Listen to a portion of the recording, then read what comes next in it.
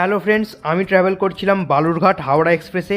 রাত প্রায় 8:30টার সময় বালুরঘাট স্টেশন থেকে আমার জার্নি শুরু হয়। আজকে আমি যাচ্ছিলাম এই ট্রেনের স্লিপার ক্লাসে, আর আমার টিকিটও কনফার্ম ছিল না, আরএসি সিট ছিল। রাত 8:45 বালুরঘাট স্টেশন থেকে ট্রেন ছেড়ে দেয়। আমি আমার বন্ধুকে টাটা করে রওনা হই হাওড়ার উদ্দেশ্যে। ট্রেন তার ফার্স্ট হল্ট গঙ্গারামপুরে 2 মিনিট দাঁড়ানোর পর আবার চলতে শুরু করে। রাত 11টার সময় ট্রেন এসে পৌঁছায় তার যাত্রাপথের অন্যতম গুরুত্বপূর্ণ স্টেশন মালদা টাউন। এখানে ট্রেনের 10 মিনিট হল্ট ছিল। মালদা স্টেশন থেকে আমি 1 কাপ কফি নিয়েছিলাম, যাতে রাতে বেশি ঘুম না আসে, কারণ আমি ফারাক্কা অবধি জাগবার প্ল্যান করেছিলাম।